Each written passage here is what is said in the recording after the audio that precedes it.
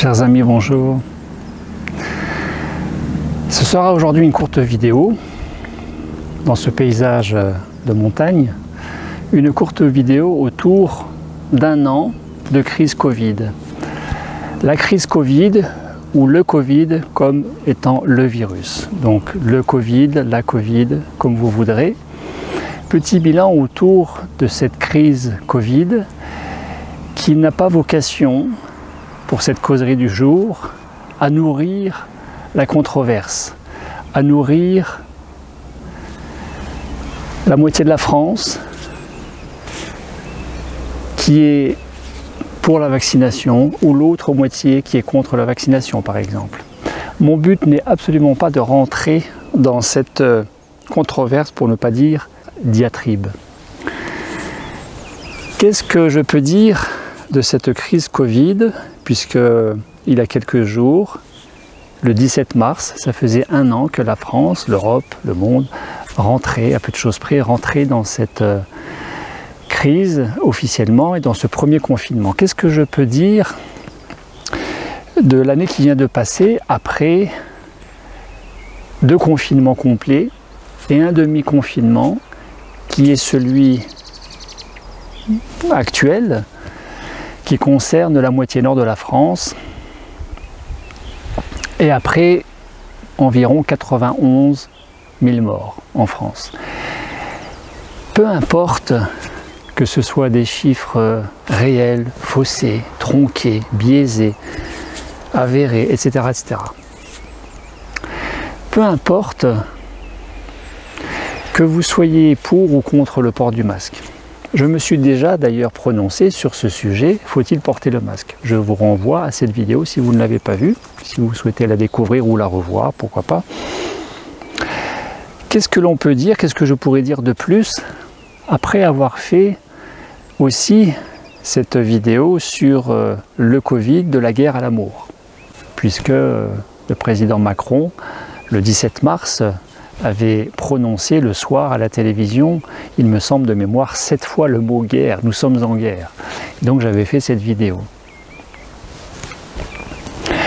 Quoi dire de plus après cette vidéo que j'ai enregistrée dans le sud de l'Inde, à Auroville,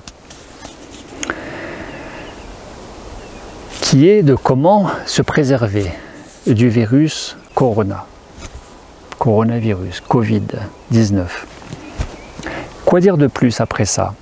En effet, pas grand-chose de plus, puisque tout a déjà été dit. Donc c'est encore une causerie de plus qui finalement ne fait que redire la même chose, mais sous un autre angle. Et c'est peut-être ça qui est intéressant. Nous verrons bien en fonction de vos commentaires sous cette vidéo que je vous invite à exprimer le plus possible, bien sûr, dans le respect de ma personne, autant que dans le respect de votre personne. Si tant est que les remarques soient constructives. Critiques constructives. Toutes les critiques sont bonnes à entendre, constructivement parlant. Sinon, ce n'est pas la peine de perdre son temps. Et ni de votre côté, ni du mien. Quoi dire de plus? Eh bien, depuis mars 2020, j'ai reçu beaucoup de ces liens vidéo par les différents canaux multimédia que sont les réseaux sociaux, que sont WhatsApp téléphonique, que sont la messagerie, le mail, etc., etc. Beaucoup parmi vous m'avaient partagé ces vidéos qu'il fallait découvrir, etc., etc. Je pense à Nathalie qui va se reconnaître, qui m'a envoyé quasi tous les jours des vidéos, tous les jours.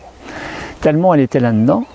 Et c'est vrai, c'est légitime de s'informer, de comprendre ce que l'on vit à l'ère de la haute technologie qui apparemment nous isole un petit peu plus l'un de l'autre. Avez-vous remarqué que plus le monde évolue, technologiquement parlant, plus nous sommes pointus dans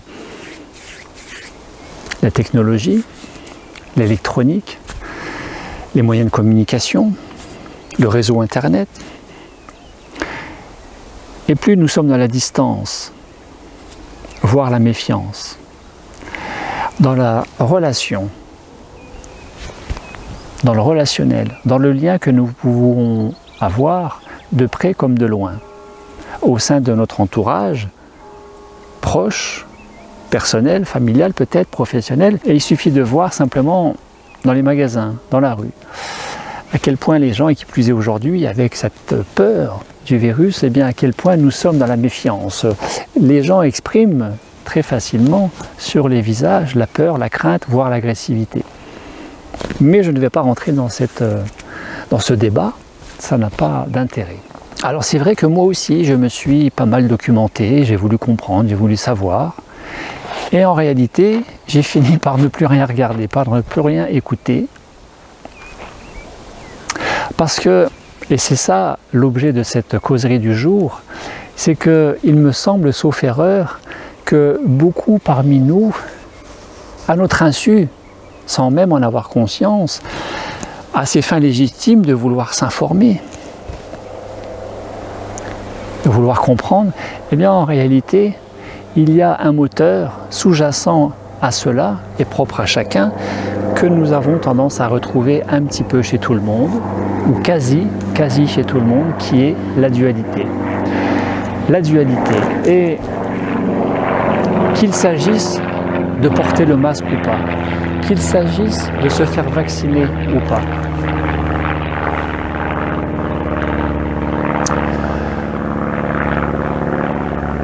À partir du moment où c'est sur fond de résignation, de soumission, de passivité, de crainte, ou que ce soit sur fond d'opposition, de rébellion, d'agressivité, de revendication,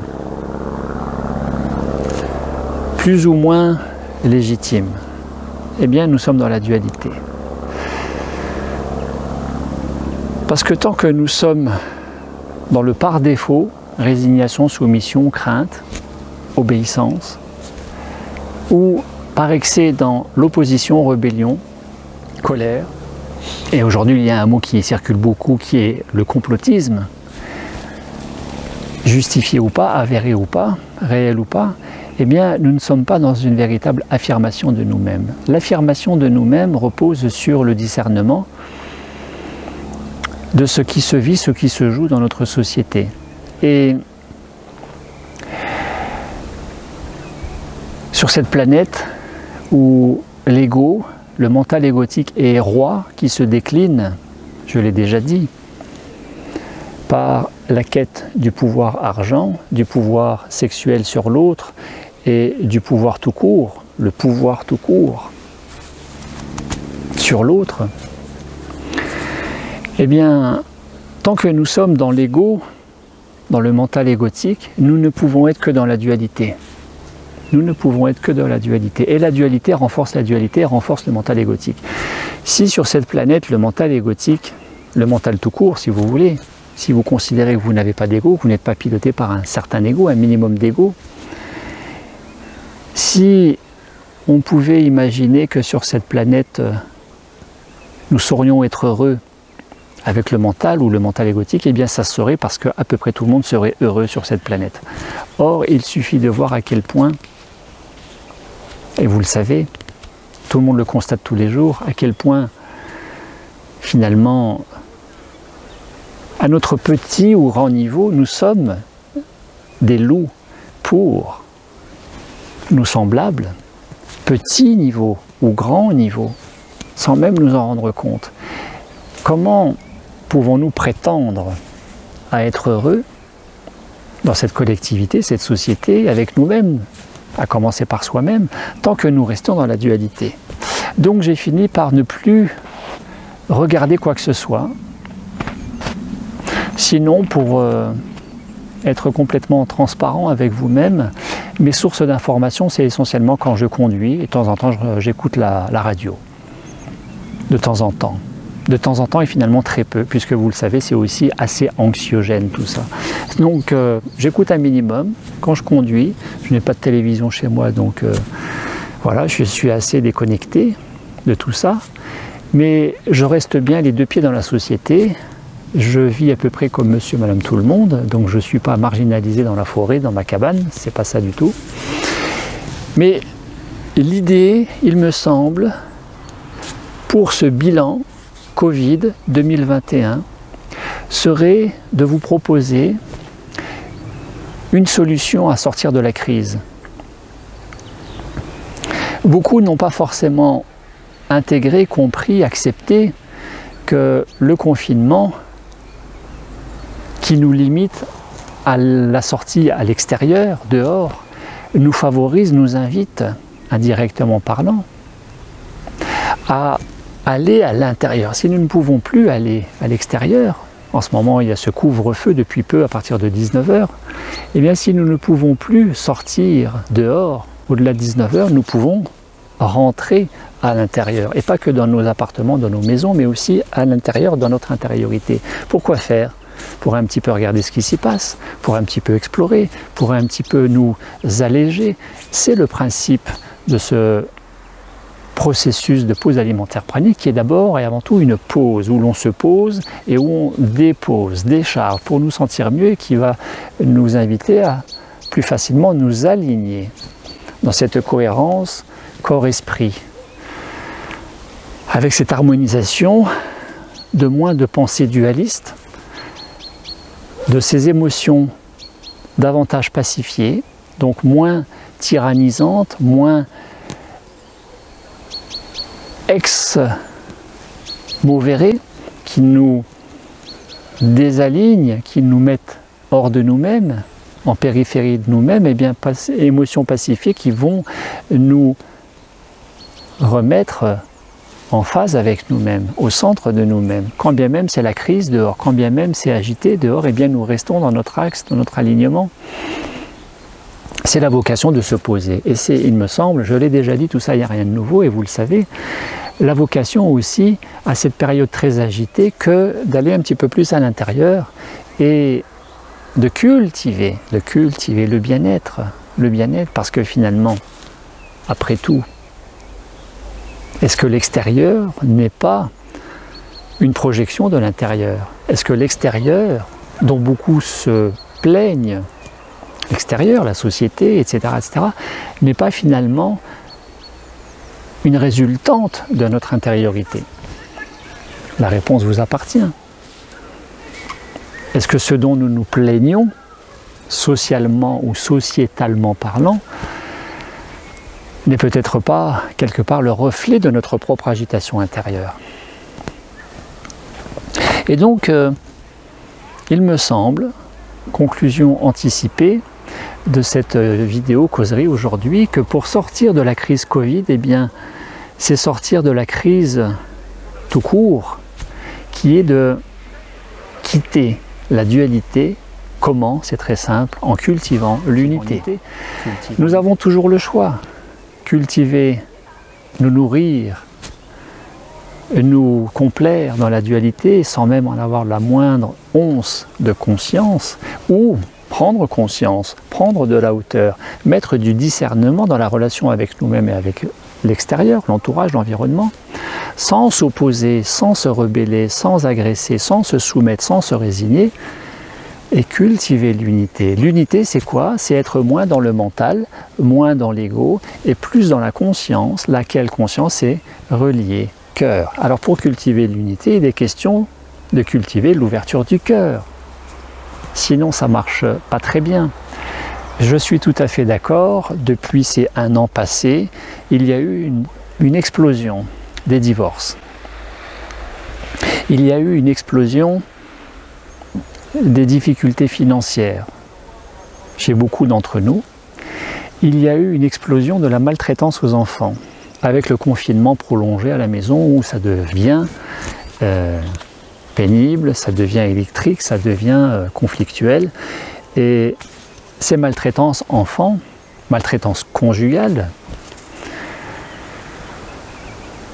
ont grimpé en flèche depuis 1 an. Donc, il y a même des aspects dramatiques à cette crise Covid, avec ces importantes difficultés financières, ces faillites d'entreprises et même ces suicides chez un certain nombre des Français, et peut-être ailleurs aussi, en Europe et dans le monde. Ça n'a pas que des aspects positifs, cette période agitée, que de nous inviter à aller à l'intérieur, bien évidemment. Respect à tous ces aspects-là et toutes ces personnes concernées par tout ça. Mais est-ce que la crise Covid est véritablement à l'origine de ces maltraitances au sein du couple? Est-ce que finalement la crise Covid et le confinement et le couvre-feu n'est pas un révélateur d'une relation pathologique au sein d'un couple avec une victime et un bourreau? Mère Teresa disait: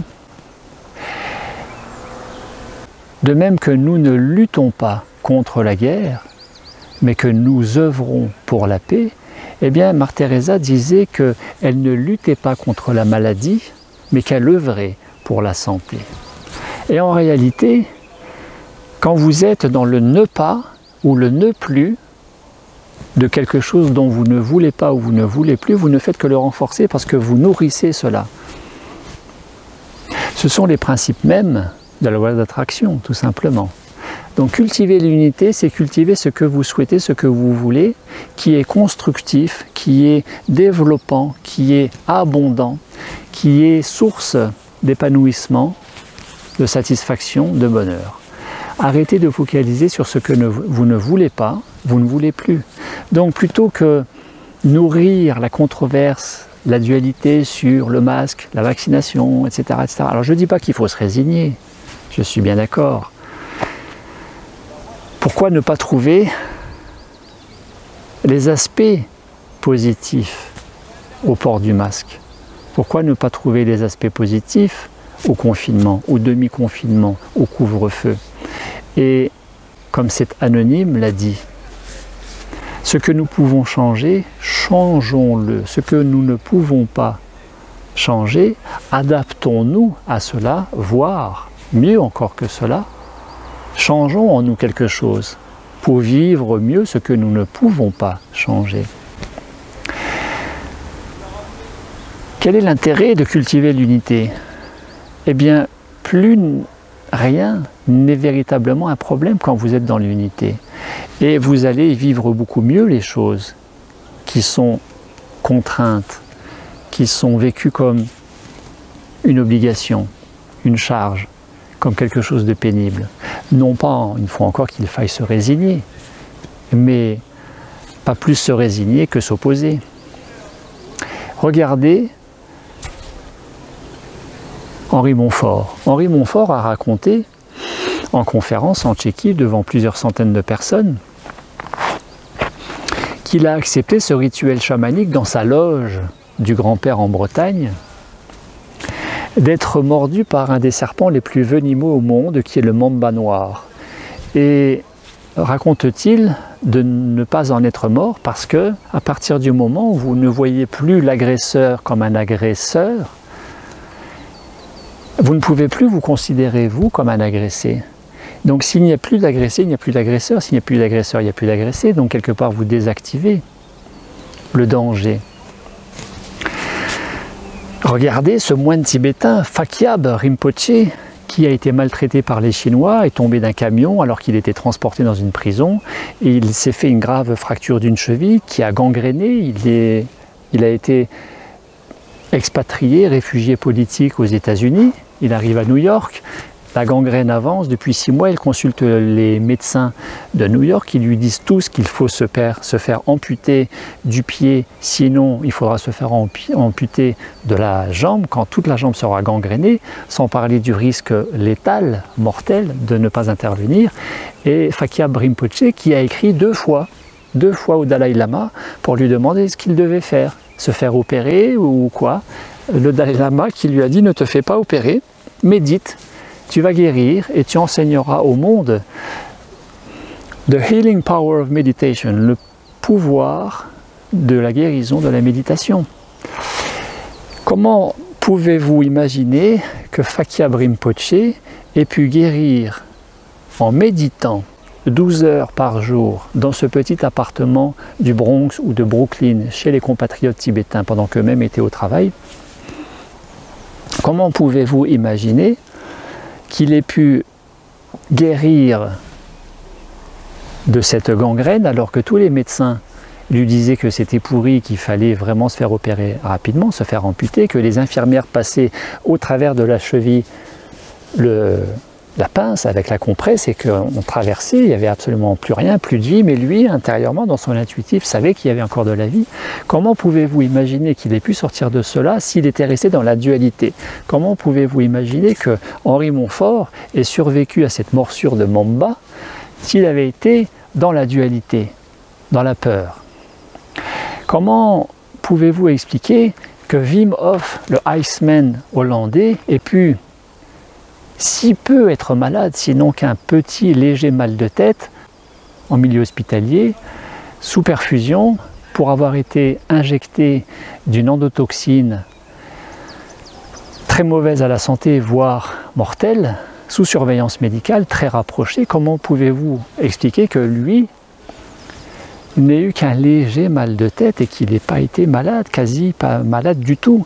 Sinon, alors vous allez dire, il a fait des techniques de tout mot, respiration pour se réchauffer, respiration puisqu'il est dans le froid et de prolonger sa présence exposée au froid, même la pose sur la glace, sur la neige.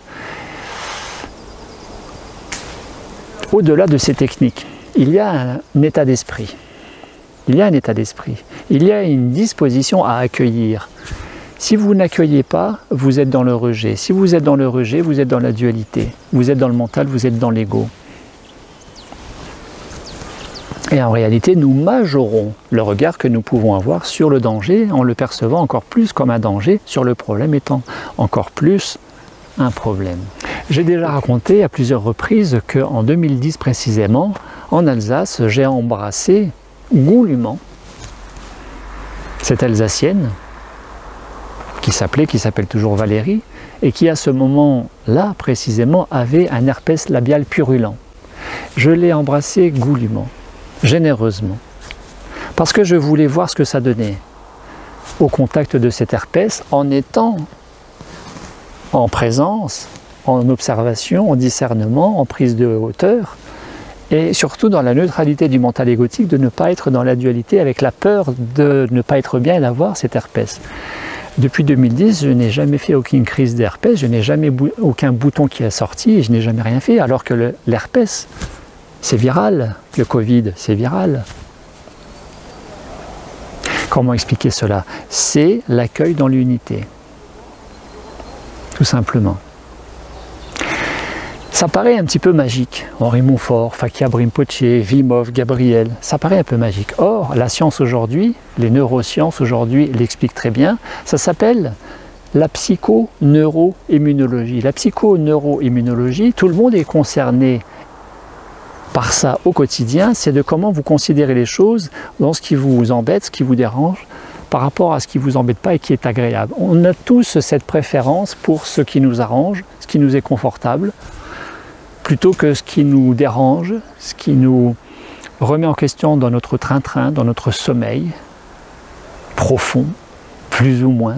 Même la journée, nous dormons, les yeux grands ouverts, et nous ne sommes même pas conscients que nous dormons.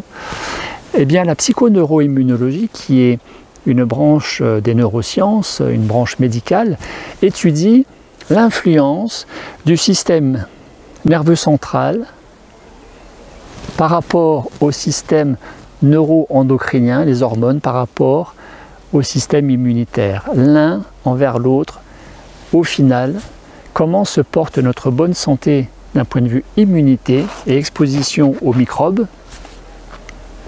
Tout cela aussi sous l'influence des facteurs psycho-émotionnels et des facteurs environnementaux, de ce que nous vivons qui nous embête ou pas, et comment nous réagissons dans nos pensées, dans nos émotions.